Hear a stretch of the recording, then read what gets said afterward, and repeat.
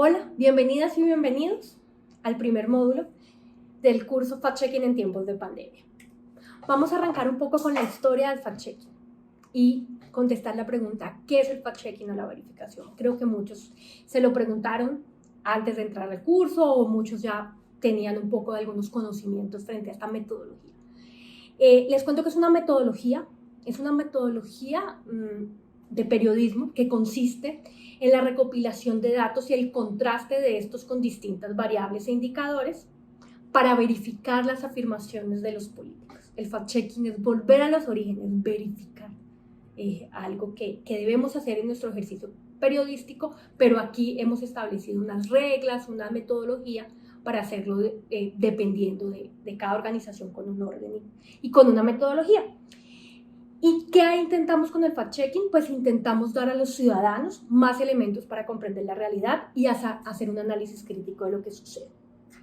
Actualmente en el mundo hay 290 proyectos activos de fact-checking y en América Latina tenemos 38 de ellos. Se ha visto un aumento porque el año pasado eran 27. ¿De dónde venimos? Les cuento un poquito que el primer medio que aplicó esta tecnología, esta metodología, que fuimos los precursores del fact-checking como metodología de ejercicio periodístico, fue factcheck.org, que es un medio de comunicación de Estados Unidos que se creó en el 2003. Después vino PolitiFact, que fue fundado en 2007 por un profesor de la Universidad de Duke. Y este profesor, este grupo de trabajo, se ganó el premio Pulitzer de periodismo en 2008 por el cubrimiento de las elecciones de ese año. Y en América Latina, en este lado, nació bien abajo, en Argentina, y fue chequeado un portal de la Fundación Postpública que en 2016 crearon este medio de fact-checking. Y nosotros en Colombia Check llegamos en el 2016. Y la motivación de Colombia Check, que es un medio de comunicación que pertenece a Consejo de Redacción, una asociación de periodistas de investigación, fue hacer verificación a los datos y al discurso público del proceso de paz.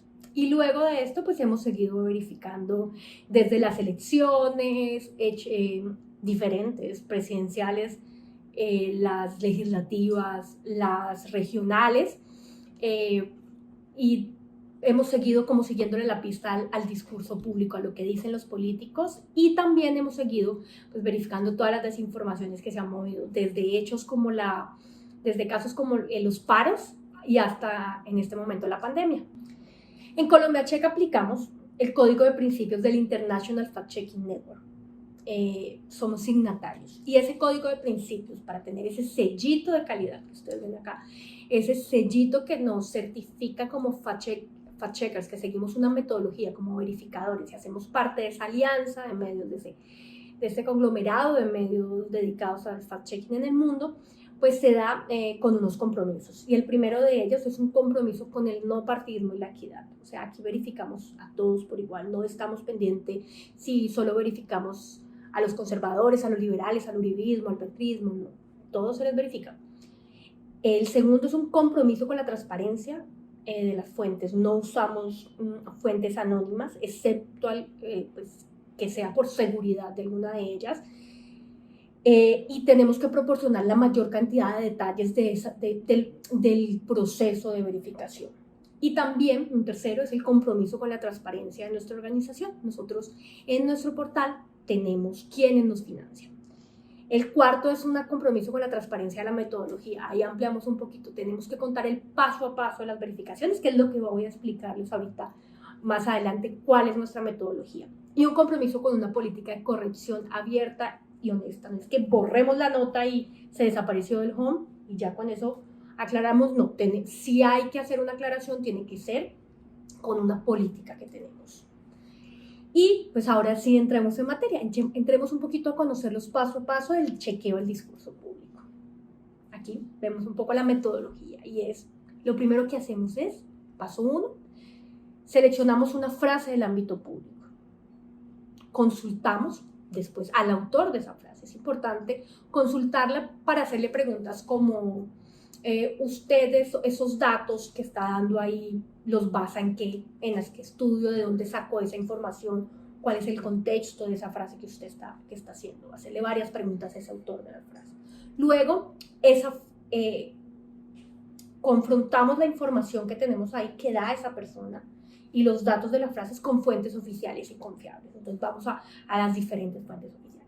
Y un cuarto paso es no nos quedamos solo con lo que dicen las fuentes oficiales, vamos a fuentes alternativas y expertas. Y en este campo hay un sinfín de fuentes que son idóneas, que tienen que ser fuentes que no opinen, sino que en serio aporten datos y hechos y un análisis de contexto para este chequeo. Entonces podemos ir a los académicos, a las universidades, a los diferentes observatorios, hacemos mucha revisión de documentos, o sea, estamos todo el día revisando estudios, todo eso son fuentes alternativas. Y un quinto punto es ponemos el chequeo del contexto. El contexto es muy importante para nuestros chequeos porque puede cambiar una calificación, puede hacernos ver un panorama diferente. El contexto es muy importante en la reportería tradicional y en los chequeos aún más. Y el último paso es calificamos la afirmación. ¿Qué es calificar la información? Nosotros tenemos unas categorías que están en nuestra página y me imagino que muchos de ustedes la conocen, que es, pues las calificaciones de Colombia Check son verdadero y es cuando al verificar los datos de una afirmación encontramos que estos corresponden exactamente con la realidad de los hechos, verdadero pero, y es cuando verificamos los datos de una afirmación, encontramos que estos se ciñen a los datos disponibles, más recientes, pero dejan por fuera alguna parte importante de su contexto. Recuerden el contexto. Cuestionable.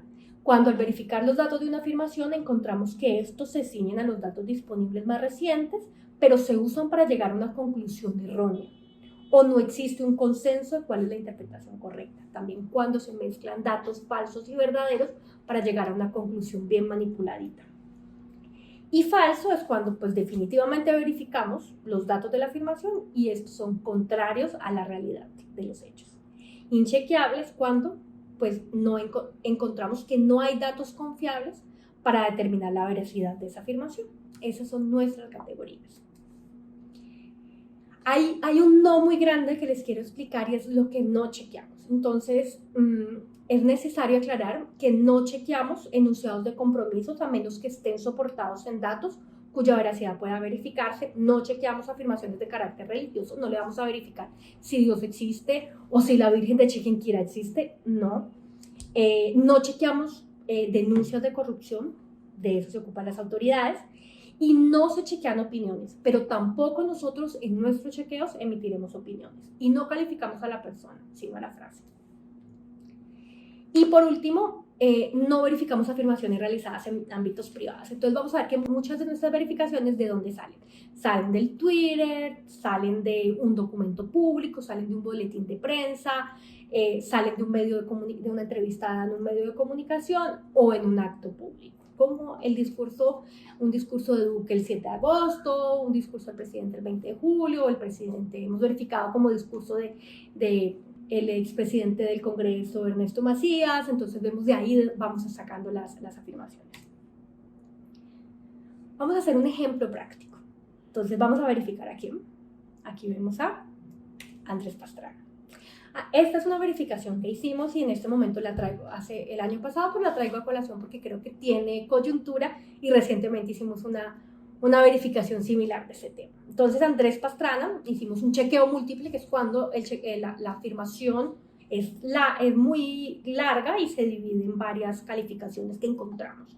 Entonces, en este caso, chequeamos una afirmación en una entrevista que Pastrana dio a un medio de comunicación y dijo: cuando dejamos 40.000 hectáreas de coca con el Plan Colombia, cuando habíamos derrotado a las FARC porque lo que las lleva a sentarse en la mesa de negociación es el Plan Colombia, ¿qué nos dejó Santos? 300.000 hectáreas de coca.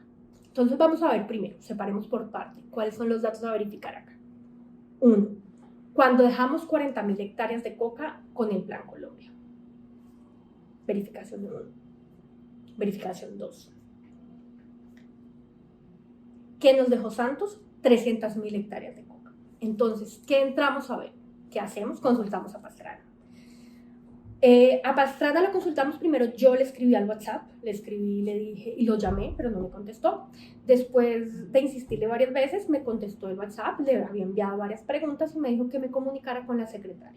Me dio un contacto de la secretaria, llamé a la secretaria le dijo que con mucho gusto nos contestaba, pero el tiempo en que aseguró que nos contestaba se iba de viaje, que cuando regresara. Me puede fallar la memoria, no me chequen, pero eran más o menos 2 meses la diferencia. Entonces, no se dio la oportunidad, en ese caso, de poner en el texto la respuesta de Pastrana, de dónde sacaba esos datos. Pero entonces, eso no nos limita. Es un paso que tenemos que hacer, pero si la fuente, esa persona no nos contesta, pues definitivamente le damos chuleado, pero lo cumplimos. Entonces viene el punto 3. ¿Qué hicimos? Confrontamos la información con datos y fuentes oficiales y confiables. Primero tenemos que entender cómo funciona la medición de los cultivos ilícitos. Entonces, para buscar eso, buscamos unos documentos y encontramos que Daniel Rico, un experto, nos explicaba que existen 3 mediciones. 3 mediciones que son las que hace la ONU, que es la UNODC, que saca su monitoreo anual, que es el que el gobierno le paga a la ONU y ellos le hacen este monitoreo. Entonces, buscamos las cifras de la ONU.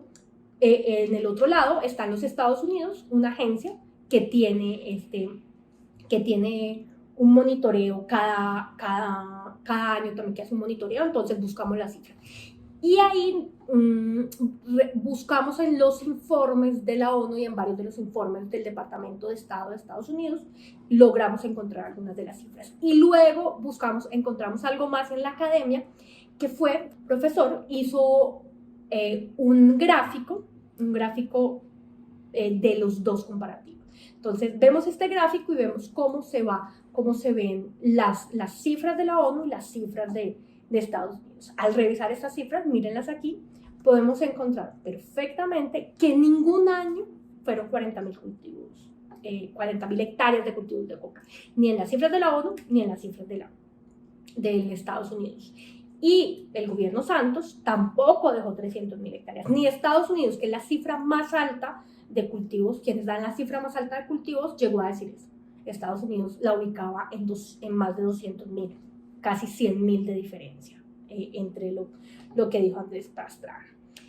Encontramos que el año que menos cultivos de coca, tanto por la ONU como por Estados Unidos, tuvimos fue ya les digo cuál, 2012, que fue durante el gobierno de Santos. Para Estados Unidos ese año Colombia tuvo 78.000 hectáreas y para la ONU 48.000. Cuando Uribe dejó el gobierno, Colombia tenía, según Estados Unidos, 100.000 hectáreas y según la ONU, 144.000. Y cuando Pastrana lo dejó, según Estados Unidos teníamos 102.000 y la medición de la ONU arranca a partir de 1999. Entonces ahí esa fue de, creo que 102.000. Ahí con todos esos datos llegamos a la conclusión pues, de que es falso. No le pegó a ninguna de las cifras Pastrana. Y ahora les voy a mostrar otro ejemplo, relacionado con la actual pandemia. Se trata de 2 verificaciones en una que hicimos. Una a Clara Luz Roldán, gobernadora del Valle del Cauca, y a Jorge Iván Ospina, el alcalde de Cali. Entonces, ¿qué dijo Clara Luz primero? De acuerdo a estudios de la OPMS, la Organización Panamericana de la Salud, la ivermectina ha arrojado resultados de éxito en el tratamiento de SARS-CoV-2 en células infectadas experimentalmente y también cuenta con el aval de nuestro comité de expertos en salud. Fue un trino de Clara Luz, uno de los trinos de un hilo que hizo la ivermectina. Esa es la frase que vamos a verificar. Que Jorge Iván, por su parte, le contestó a la doctora Paola Cubillos, quien había estado criticándolo en Twitter por la decisión de la ivermectina, por el anuncio. Y le dijo, equivocada total y absolutamente. No es cierto que no haya evidencia clínica sobre el uso de ivermectina. Debe revisar la literatura y no ser dogmática. Entonces, ¿qué hacemos? Primero definamos qué estamos verificando. Entonces, ¿qué preguntas tenemos que responder en esta verificación? ¿La Organización Panamericana de la Salud ha hecho estudios de ivermectina que hayan dado resultados positivos? Pregunta número 1. Y la segunda, ¿hay evidencia clínica del uso de la ivermectina? Pregunta número 2. ¿Qué hacemos? Recuerden, nuestro paso 2, consultamos al autor de la frase. Entonces, la Oficina de Comunicaciones de la Gobernación del Valle nos indicaron que el pronunciamiento de la mandataria se respaldaba en el soporte técnico y científico del Comité de Expertos de Salud COPESA, un comité en el que está Dylan Francisca Toro y otros reconocidos médicos de la región. Y que ese comité era el que había analizado eso y había dado esos datos. No nos entregaron más detalles de las oficinas de prensa, solo se limitaron a hablar del COPESA. Entonces, pues, luego de esto, ¿qué hacemos nosotros? Entonces, vamos a las fuentes oficiales. ¿Cuáles son las fuentes oficiales acá? La Organización Panamericana de la Salud, porque están hablando directamente de ella. Y para el caso de la ivermectina, y en ese caso yo creo que analicemos primero el Ministerio de Salud, ¿quién aprueba que un medicamento sea usado en Colombia? Pues el INVIMA. Entonces también el INVIMA lo que ha dicho. Y en este caso nosotros estamos mucho buscando información en la FDA, que es la de Estados Unidos, es como el INVIMA de Estados Unidos. Entonces mirar a ver también por qué es un medicamento que ha sonado en todo el mundo. Entonces también hacer como un panorama mundial. Directamente en la OPS incluso encontramos un comunicado en el que decía que la ivermectina se está usando de manera incorrecta en el tratamiento de la COVID-19 sin ninguna evidencia científica de su eficacia y su seguridad.